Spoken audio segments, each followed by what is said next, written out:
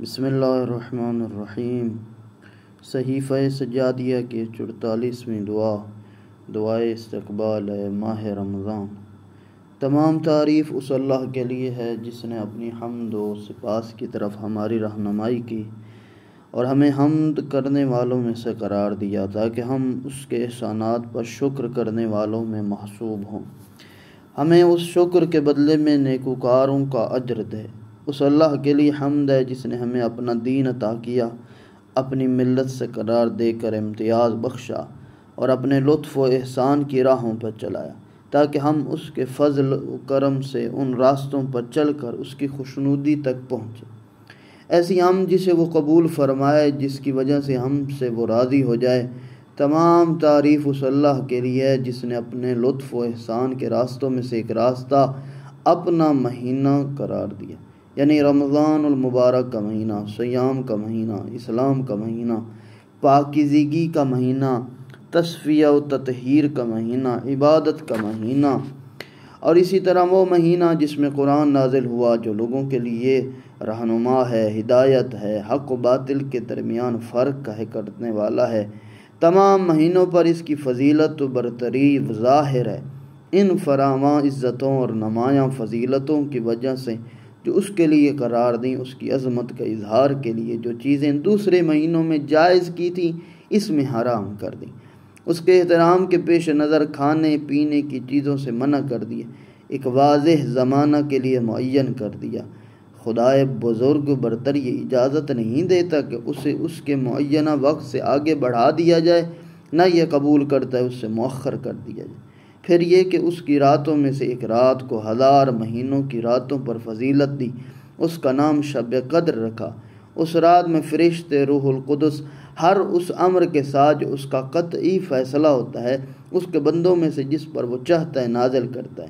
وہ رات سراسر سلامتی کی رات ہے۔ اے اللہ، محمد و آل محمد پر رحمت نازل فرما اور اس ماہ کے روزے رکھنے میں ہمارے اعضاء کو نافرمانیوں سے روکنے، ان کاموں میں مصروف رکھنے سے جو تیری خوشنودی کا باعث ہو، ہماری اعانت فرما، مدد فرما، تاکہ ہم نہ بیہودہ باتوں کی طرف کان لگائیں، نہ فضول چیزوں کی طرف بے جا نگاہیں اٹھائیں، نہ حرام کی طرف ہاتھ بڑھائیں، نہ امر ممنوع کی طرف جائیں، نہ تیری حلال کی ہوئی چیزوں کے علاوہ کسی چیز کو ہمارے شکم قبول کریں، نہ تیری بیان کی ہوئی باتوں کے سوا ہماری زبانیں گویا ہوں۔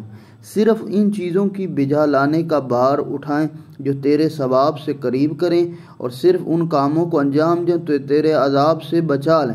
پھر ان تمام اعمال کو ریاکاروں کی ریاکاری، شہرت پسندوں کی شہرت پسندی سے دور کر دے۔ اے میرے اللہ، ان نمازوں میں ان لوگوں کے مرتبے پر فائز کر جو ان نمازوں کے درجات عالیہ حاصل کرنے والے ہیں، ان کے واجبات کی نگہداشت کرنے والے، ان کے اوقات میں اسی طریقے پر جو تیرے عبد خاص رسول اللہ صلی اللہ علیہ وآلہ وسلم نے رکوع و سجود اور ان کے تمام فضیلت و برتری کے پہلوؤں میں جاری کیا تھا، کامل اور پوری پاکیزگی، نمایاں مکمل خشوع و فروتنی کے ساتھ ادا کرنے والے ہیں۔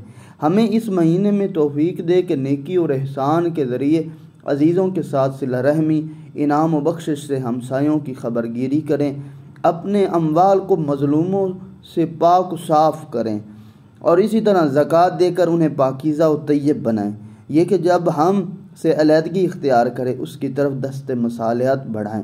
اے اللہ، یہاں تک کہ فرشتے جو تیری بارگاہ میں جو اعمال نامے پیش کریں وہ ہماری ہر قسم کی اطاعتوں، ہر قسم کی عبادت کو سبق کے مقابلے میں ہوں۔ اے اللہ، میں تجھ سے اس مہینے کی حق و حرمت اور نیز ان لوگوں کا واسطہ دے کر سوال کرتا ہوں جنہوں نے اس مہینے میں شروع سے لے کر اس کے ختم ہونے تک تیری عبادت کی ہو، اور مقرب بارگاہ فرشتہ ہو یا نبی یا مرسل یا کوئی مرد صالح، کہ تو محمد اور ان کی آل پر رحمت نازل فرما۔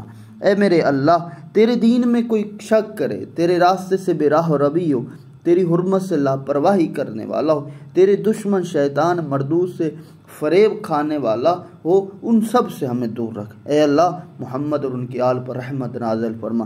جب اس مہینے کی راتوں میں ہر رات تیرے کچھ ایسے بندے ہوتے ہیں جنہیں تیری بخشش اور عفو و درگزر انہیں نصیب ہوتی ہے۔ تو ہمیں بھی انہی بندوں میں شامل فرما، اس مہینے کے بہترین اہل و اصحاب میں قرار دے۔ اے اللہ، اس چاند کے گھٹنے کے ساتھ ہمارے گناہوں کو بھی محو کر دے۔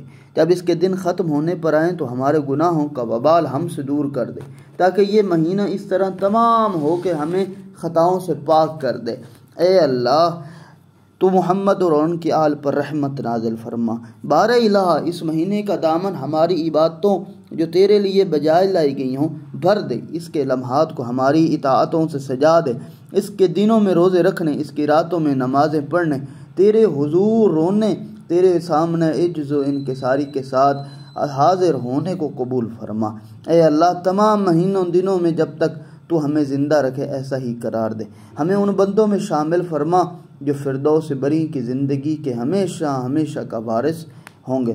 اے اللہ، تو محمد اور ان کی آل پر ہر وقت، ہر گھڑی، ہر حال میں اس قدر رحمت نازل فرما جتنی تو نے کسی پر نازل کی ہو، ان سب رحمتوں سے دگنی ہو جسے تیرے علاوہ کوئی شمار نہ کر سکے۔ بے شک تو جو چاہتا ہے وہی کرنے والا ہے۔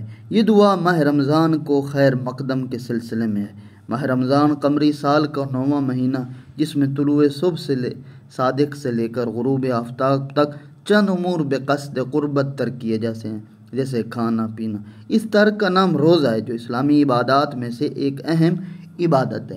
ماہ رمضان کی اہمیت کے سلسلے میں پیغمبر اسلام کا ارشاد ہے کہ ماہ رمضان کو ماہ رمضان اس لیے کہا جاتا ہے کہ وہ گناہوں کو جلا دیتا ہے۔ اور اسی طرح ماہ رمضان کی فضیلت میں امام باقر علیہ السلام کا بھی قول ہے، فرمایا یہ نہ کہا کرو کہ یہ رمضان اور رمضان کیا، رمضان آیا اس لیے کہ رمضان اللہ کے ناموں میں سے ایک نام، اللہ تعالیٰ کہیں آتا جاتا نہیں ہے، لہذا ماہ رمضان کہا کرو۔